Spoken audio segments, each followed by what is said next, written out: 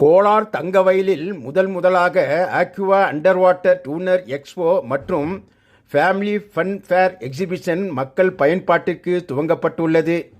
இந்த அதிநவீன கண்காட்சி வளாகத்தில் அகில இந்திய அண்டர் வாட்டர் கண்காட்சியில் சுரங்க அமைப்பு கொண்ட மார்க்கத்தில் பலவித கண்ணை கவரும் நீர்மூழ்கி உயிரினங்கள் குதூகல ஆட்டம் போடும் காட்சிகள், குழந்தைகள் கொஞ்சி விளையாட பலவித ராட்டினங்கள், ரயில் பயணம், கொலம்பஸ், வாட்டர் போர்டு என ஜனரஞ்சக பொழுதுபோக்கு அம்சங்கள் இடம்பெற்றுள்ளது. அத்துடன் ஹேண்டிகிராஃப்ட் கைவினைப் பொருட்கள், உணவு வகைகள் என பலவிதமான கைவினைப் பொருட்களுடன் கண்காட்சி துவங்கப்பட்டுள்ளது. தங்கவயல் பொதுமக்கள் இதனை பயன்படுத்தி கொண்டு பலவித ஜனரஞ்சக காட்சிகள் கண்டுகளிக்க அன்புடன் அழைக்கப்படுகிறார்கள். இடம் கோலார் தங்கவயல், பாலகிருஷ்ணா லேஅவுட், அசோகநகர் அருகில். வாருங்கள், கண்டு மகிழுங்கள், கனவுக்குள் மிதக்குங்கள். ಒಂದು ಟೋಟಲ್ 1,21,00,000 ಸ್ಕಾಲರ್ಶಿಪ್ಗೆ ಅಂತ ಒಂದು ಆ್ಯಕ್ಷನ್ ಪ್ಲ್ಯಾನ್ ಆಗುತ್ತೆ. ಟ್ಯಾಬ್ಸ್ಗೆ ಇನಿಷಿಯಲ್ ಆಗಿ ಅದು ನಗರಸಭೆ ಕೌನ್ಸಿಲ್ ಬಾಡಿ ಇದ್ದಾಗ ಆಗುವಂಥದ್ದಲ್ಲ.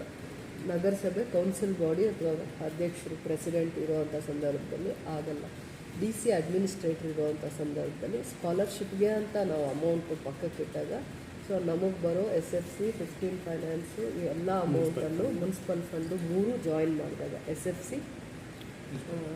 15 finance, municipal fund tax collect ಆಗುತ್ತೆ, ಮಾರ್ಕೆಟ್ದು ರೆಂಟ್ ಕಲೆಕ್ಟ್ ಆಗುತ್ತೆ, ಬೆಮ್ಮೆಲ್ ಇರ್ಬೋದು, ಇನ್ನೊಂದು ಇರ್ಬೋದು. ಆ ಥರ ನಮಗೆ ಪಬ್ಲಿಕ್ ಸೆಕ್ಟರ್ಸು ಅಥವಾ ಪ್ರೈವೇಟ್ ಸೆಕ್ಟರ್ಸ್ ಯಾವುದಿದ್ರೆ ಅಲ್ಲಿಂದ ಬರುವಂಥ ಟ್ಯಾಕ್ಸಸ್ಸು ಇದೆಲ್ಲನೂ ಮುನ್ಸಿಪಲ್ ಫಂಡ್ ಆಗುತ್ತೆ.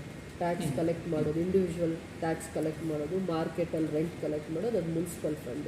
ಎವ್ರಿ ಇಯರ್ ನಮಗೆ SFC ಫಂಡ್ ಬರೋವಂಥದ್ದು, 15 ಫೈನಾನ್ಸ್ ಬರೋದು, ಎಲ್ಲ ನಗರಸಭೆಗೆ ಏನು ಬರುತ್ತೋ ಅದರಲ್ಲಿ ನಾವು 24.1 ಪ್ರೋಗ್ರಾಮ್ ಮಾಡಬೇಕಾಗುತ್ತೆ.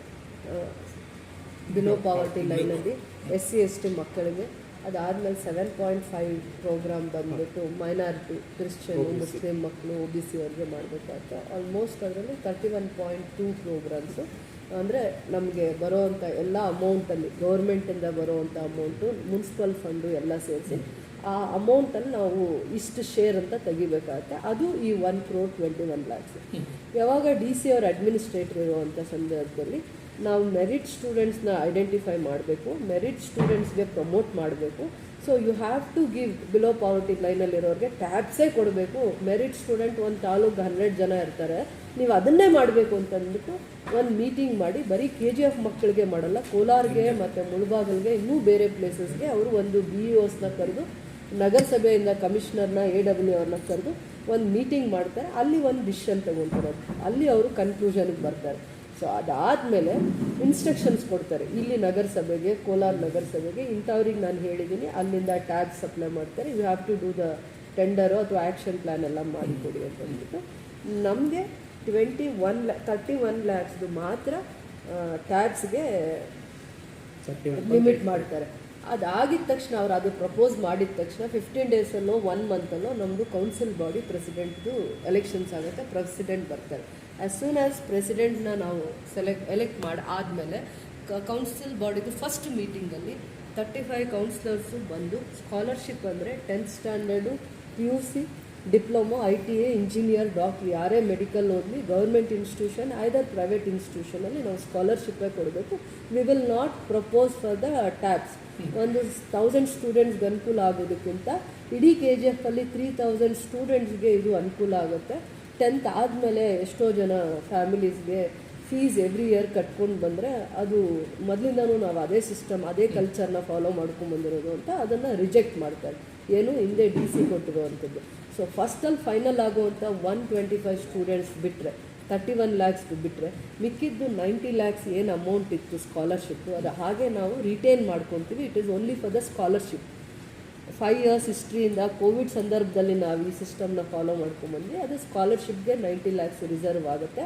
ಅದು ರೆಗ್ಯುಲರ್ ಆಗಿ ಏನು 10th ಮೇಲೇನೋ, PU ಮೇಲೆ, ಡಿಪ್ಲೊಮೊ ಮೇಲೆ ಅಪ್ಲಿಕೇಶನ್ಸ್ನ ಕೊಟ್ಟು ಸ್ಕಾಲರ್ಶಿಪ್ ಅಪ್ಲಿಕೇಶನ್ಸ್, ಆನ್ಲೈನ್ ಅಪ್ಲಿಕೇಶನ್ಸ್ನು ರಿಸೀವ್ ಮಾಡ್ತೀವಿ.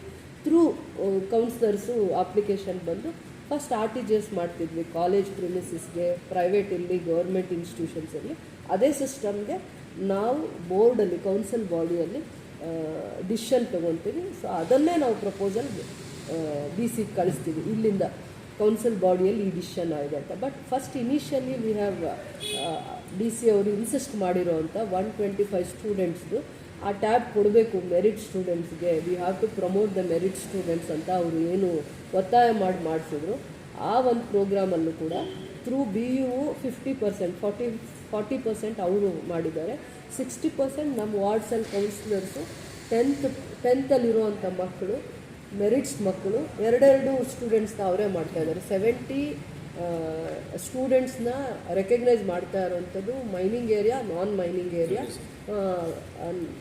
ನಗರಸಭೆ ವ್ಯಾಪ್ತಿಗೆ ಬರುವಂಥ ಗೌರ್ಮೆಂಟ್ ಸ್ಕೂಲ್ಸಲ್ಲಿ ಮಾತ್ರ ಐಡೆಂಟಿಫೈ ಮಾಡೋಕ್ಕಾಗತ್ತೆ. ಯಾಕಂದರೆ ಗೌರ್ಮೆಂಟ್ ಪ್ರೋಗ್ರಾಮ್ ಅಂದಾಗ ಗೌರ್ಮೆಂಟ್ ಸೈಕಲ್ ಕೊಡಲಿ, ಗೌರ್ಮೆಂಟ್ದು ಏನೇ ಟ್ಯಾಬ್ ಸಿಸ್ಟಮ್ ಕೊಡಲಿ, ಎಸ್ಪೆಷಲಿ ವಿ ಪ್ರಮೋಟ್ ಗೌರ್ಮೆಂಟ್ ಸ್ಕೂಲಲ್ಲಿ ಓದೋ ಮಕ್ಕಳಿಗೇನೆ ಅದೇ ಸಿಸ್ಟಮ್. ಯೂನಿಫಾರ್ಮ್ ಫ್ರೀಯಾಗಿ ಕೊಡಲಿ, ಗೌರ್ಮೆಂಟ್ ಸ್ಕೂಲಲ್ಲಿ ಓದೋ ಮಕ್ಕಳಿಗೆ ಸೈಕಲ್ ಫ್ರೀಯಾಗಿ ಕೊಡಲಿ. ಆ ಥರ ಟ್ಯಾಬ್ಸ್ ಕೊಟ್ಟಾಗೂ ಕೂಡ we will stick on to our programs ಬರೀ ಗೌರ್ಮೆಂಟ್ ಸ್ಕೂಲ್ ಮಕ್ಕಳಿಗೆ.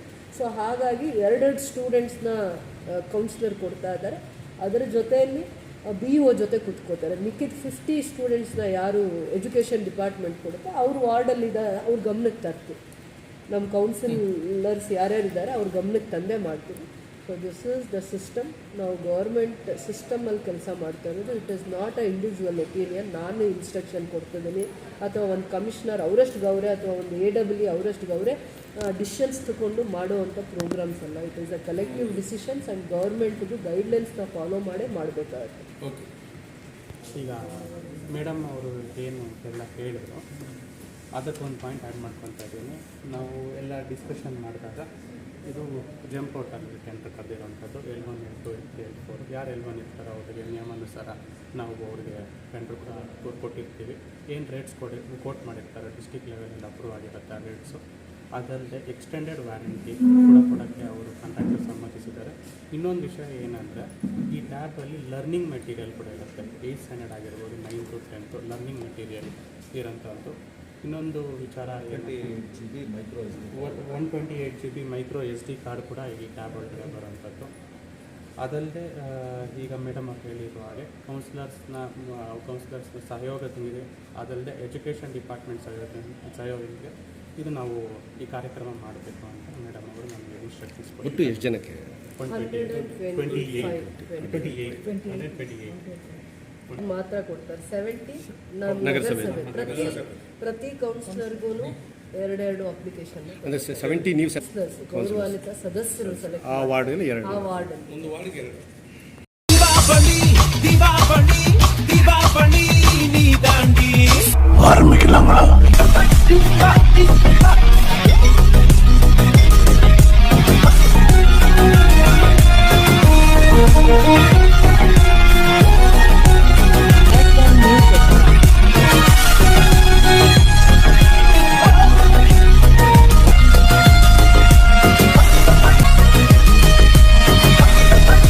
தரம் என்றும் நிரந்தரம், தரம் என்றும் நிரந்தரம், தரம் என்றும் நிரந்தரம்.